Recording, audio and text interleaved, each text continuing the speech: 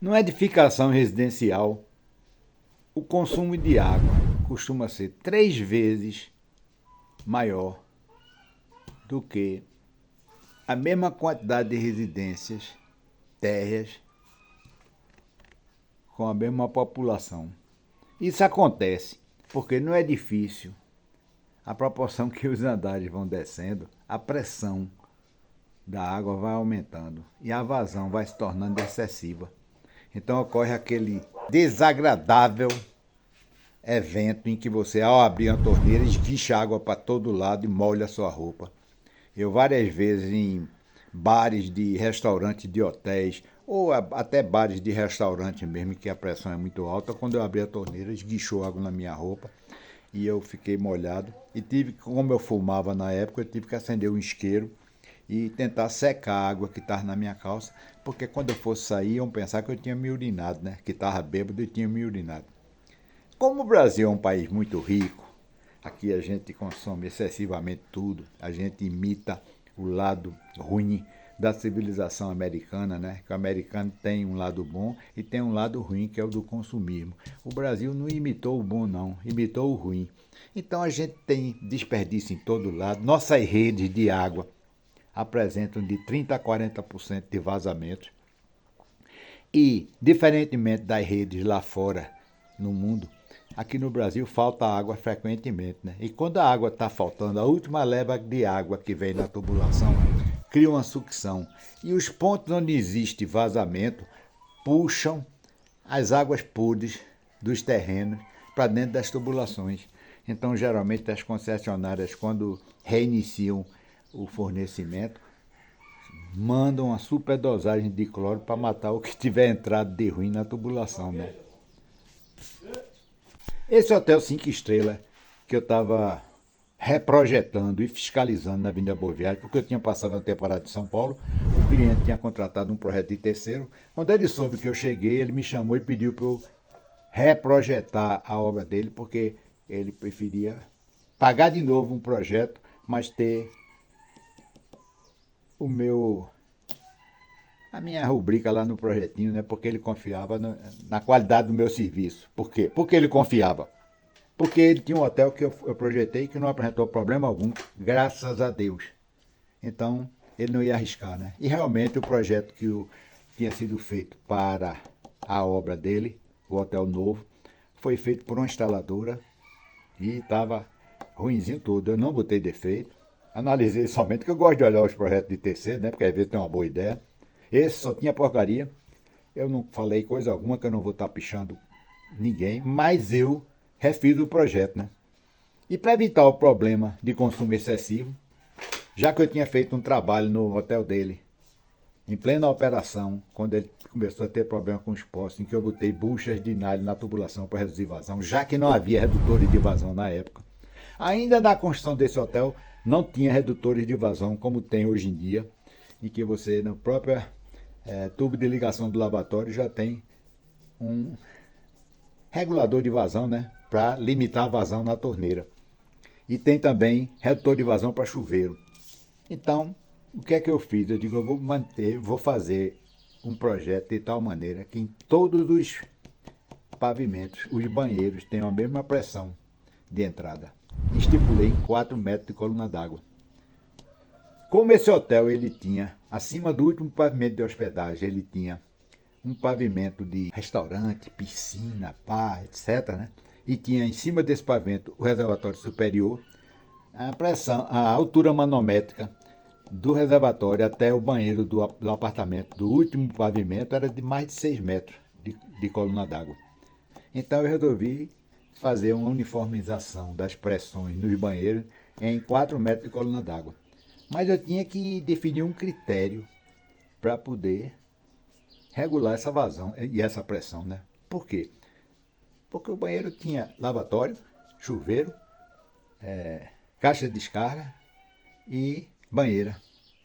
Como é que eu ia determinar a vazão? Eu criei um critério. Eu determinei a pressão de 4 metros para 2 peças funcionando simultaneamente, as maiores. Botei chuveiro e banheira. E regulei, através de um manômetro, a pressão para 4 metros de coluna d'água. Como eu fazer essa regulagem? Colocando um registro Globo.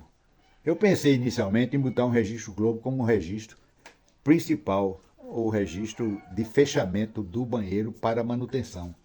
Mas como eu sei o que é manutenção, o que é pessoal de manutenção, eu tenho certeza que eles jamais iriam, quando terminasse uma manutenção, fazer a regulagem de vazão, né? Eles simplesmente iam abrir o registro Globo e Prio. Então o que é que eu fiz? Coloquei um registro gaveta em série com o registro Globo. Antes do Globo, na entrada do ramal do banheiro, botei um registro gaveta. Depois dele, um registro Globo. Depois do registro Globo, um T para um quarto, para botar um manômetro. Coloquei um manômetro e fiz em todos os banheiros uma regulagem com duas peças, com essas duas peças ligadas, chuveiro e banheiro, para dar 4 metros de coluna d'água de pressão no banheiro. E depois disso, eu tirei o volante do registro Globo. Por que eu tirei o volante do registro Globo? Para evitar que a manutenção mexesse nele e de regulasse a vazão e a pressão para 4 metros de coluna d'água, né? Então ficou todo o hotel, onde quer que você entrasse, o banheiro tinha aquela pressão de 4 metros de coluna d'água, que é uma boa pressão, e ao mesmo tempo não esguicha a água, nem respinga a água quando você abre um lavatório, porque ela é uma pressão adequada.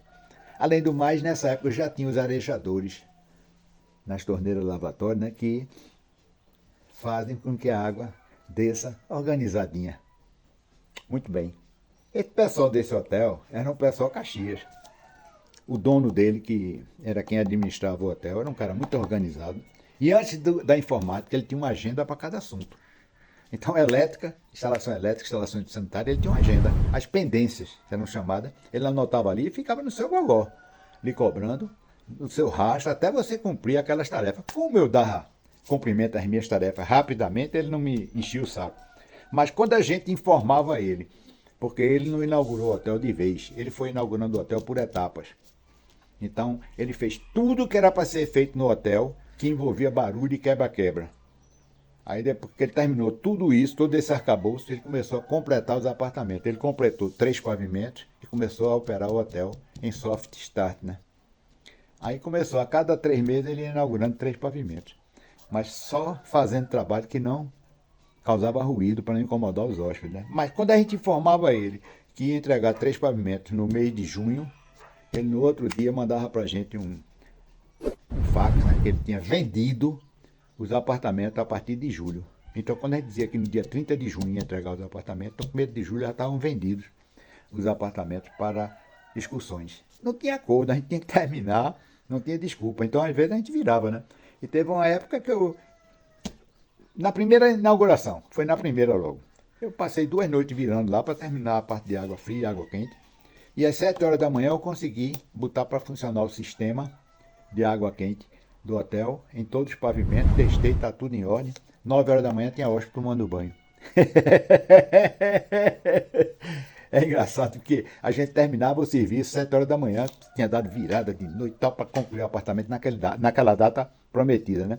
Às 7 da manhã, às 8, entrava uma equipe de obra fazendo a limpeza grossa dos pavimentos. De 8 às 9 entrava uma equipe de camareira fazendo a limpeza fina e botando os enxovais dos apartamentos, toalhas, etc, etc, né?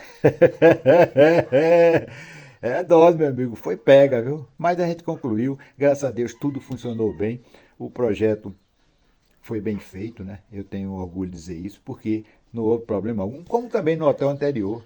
Ele já estava, quando a gente fez esse hotel aí, o anterior já estava com 12 anos. Em 12 anos nunca deu problema algum.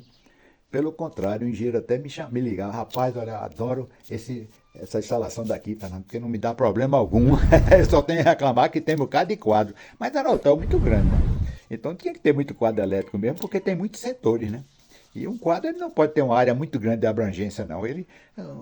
O ideal numa instalação é que um quadro tenha um raio de ação de 30 metros e Prio. E hoje em dia em hotelaria, e hospital também, eu boto até um quadro alimentando alguns circuitos da área de outro.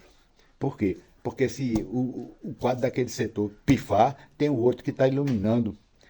Uma luminária desse setor aqui estão iluminadas por um circuito do outro quadro de lá, né? Então dá mais segurança à operação.